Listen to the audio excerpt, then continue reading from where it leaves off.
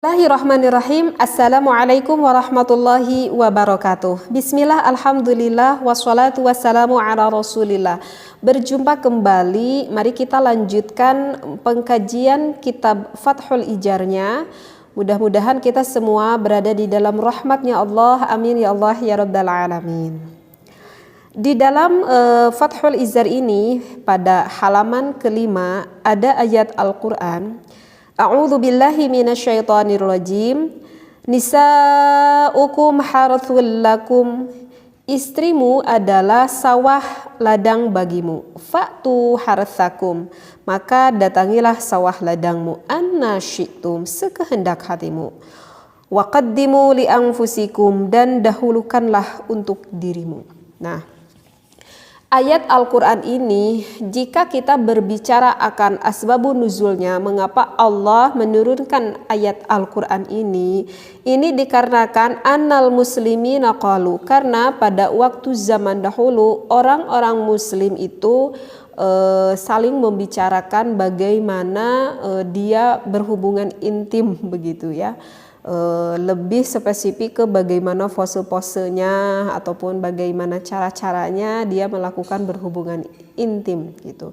Maka orang-orang muslim ada yang berkata, oh kalau saya tuh suka dengan posisi berdiri, misalkan saya suka seperti yang jongkok mungkin gitu ya. Kalau saya suka terlentang dan ya dengan berbagai yang dia senangi begitu. Nah, sehingga karena banyak orang muslim yang bercerita tentang bagaimana berhubungan intim, dan terdengarlah oleh kaum Yahudi pada waktu zaman itu.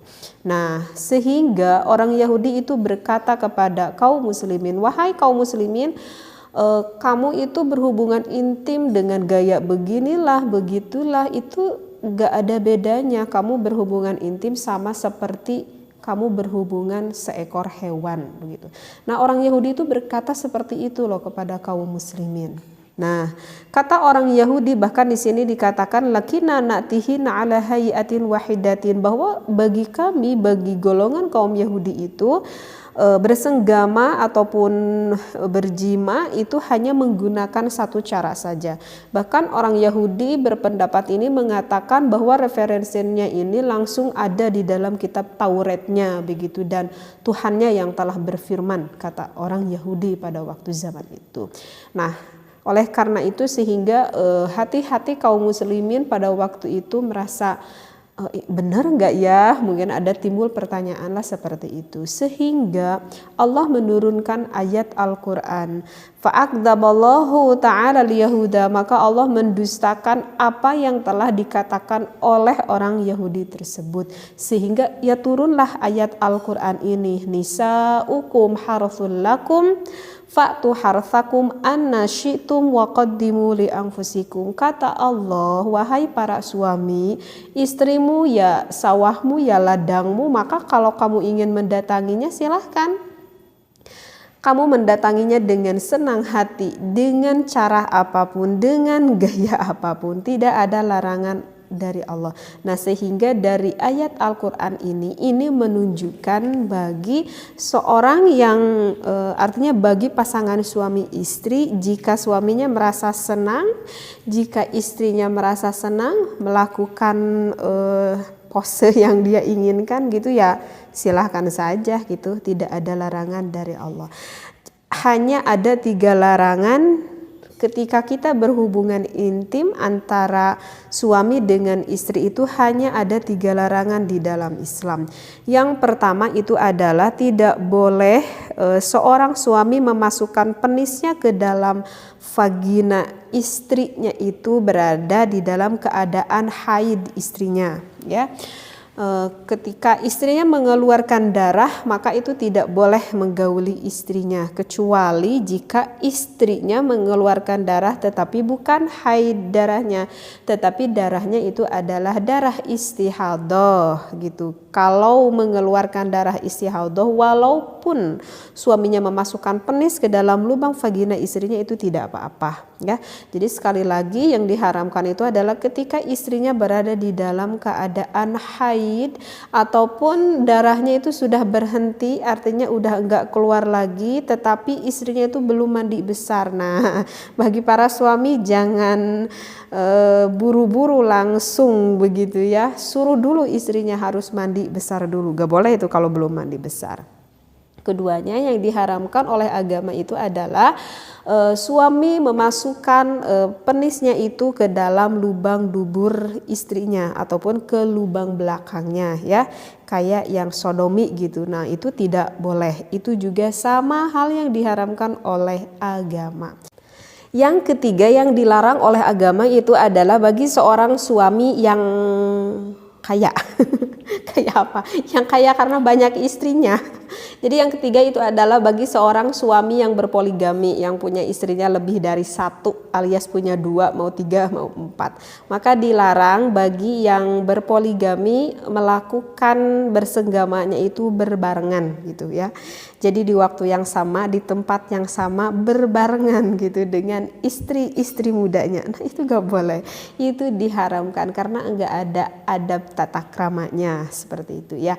Itulah yang dilarang oleh agama. Jadi selain dari itu apakah boleh? Selain daripada itu di sini juga dikatakan fa'tu harthakum anna syi'tum. Itu hukumnya boleh.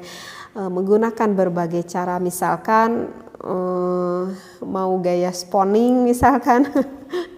Apa itu spawning? Spawning itu jadi berpelukan gitu dari belakang gitu. Jadi suaminya itu berada di dalam posisi terlentang gitu ya, dan istrinya pun sama berada di dalam posisi terlentang, dan istrinya itu berada di atas suaminya gitu. Jadi istrinya gak nengkurep tapi istrinya itu terlentang, suaminya pun sama terlentang tapi istrinya yang di atas begitu. Nah itu dikatakan dengan gaya spawning. Boleh dengan gaya seperti itu, kalau dua-duanya suka ya boleh-boleh aja gitu. Ataupun misalkan dengan posisi sitting, misalkan posisi sitting itu adalah posisi duduk begitu, mau duduk di atas kursi ataupun mau duduk di tempat tidur juga itu boleh. Nah biasanya kalau gaya sitting ini tidak berhadapan, jadi istrinya itu membelakangi suaminya tapi di dalam posisi duduk seperti itu. Mau dengan doggy style juga boleh gitu. Kalau doggy style itu seperti istri itu berada di dalam, seperti sedang keadaan berada dalam sujud gitu ya, istrinya gitu seperti berada di dalam keadaan sujud dan suami berada di belakangnya, maka itu dikatakan dengan doggy style. Boleh seperti itu, tidak ada larangan, boleh. Sebetulnya sih banyak sekali cara yang bisa diimajinasikan oleh pasangan suami istri begitu ya. Mau gaya silang gitu ya, gaya silang itu gaya cross seperti itu, ataupun mau woman on top. Woman on top itu biasanya perempuan yang lebih banyak bergeraknya gitu, karena posisi wanita itu istrinya itu berada di atas suami. Nah, tetapi untuk woman on top ini ada pembahasannya khusus nanti di dalam kitab Fathul Izar, dan juga di dalam ada juga saya pernah baca di dalam kitab Qurratul Uyun, tapi nggak akan saya bahas untuk kali ini begitu ya. Jadi itulah inti yang saya bacakan ayat ini ya, fa'tu harsakum anna syi'tum itu. Jadi kita nggak perlu ham-ham lagi bagi seorang muslim, mau dengan cara apapun, mau sitting, mau doggy style gitu ya. Jika suami istrinya merasa senang melakukan hal itu ya silahkan, tidak ada larangan di dalam agama Islam. Hanya saja yang mungkin yang perlu diperhatikan bagi pasangan suami istri itu adalah tidak boleh dengan rasa keterpaksaan. Artinya misalkan gini nih ya, saya kasih contoh. Misalkan pada ketika seorang suami istri itu sedang bersenggama gitu ya, sedang berhubungan intim, misalkan secara otomatis itu suaminya itu kebayang, ke istrinya meminta ingin dengan gaya baru misalkan. Neng, saya pengen coba dong kayak orang lain gitu pengen gaya doggy style, misalkan suaminya itu minta gitu ke istrinya, sedangkan belum pernah gitu melakukan gaya seperti itu. Suaminya meminta misalkan kepada istrinya gitu ya, ujuk-ujuk minta aja gitu. Nah, ketika mau mencoba, tetapi kok istrinya merasa karena mungkin belum pernah coba juga, kok istrinya merasa kelihatan gak nyaman gitu. Dan istrinya merasa seperti yang kesakitan misalkan karena memang belum pernah nyoba dengan gaya seperti itu. Nah, jika seorang suaminya tuh melihat ada gerak ataupun ada gelagat istrinya yang merasa gak nyaman, itu udah gak boleh diteruskan seperti itu gitu. Jadi bagi suami jangan sampai egois gitu yang ingin merasa senang sendiri, yang ingin hasratnya terpuaskan enaknya sendiri, itu nggak boleh gitu. Kalau udah melihat gelagat istri yang udah nggak nyaman gitu, apalagi sampai istri berkata kan kok agak sakit gitu misalkan, ya udah jangan diteruskan seperti itu. Karena kalau misalkan diteruskan secara keterpaksaan, nantinya ujung-ujungnya bukan suatu kenikmatan ataupun keindahan di dalam berhubungan intim tersebut, seperti itu.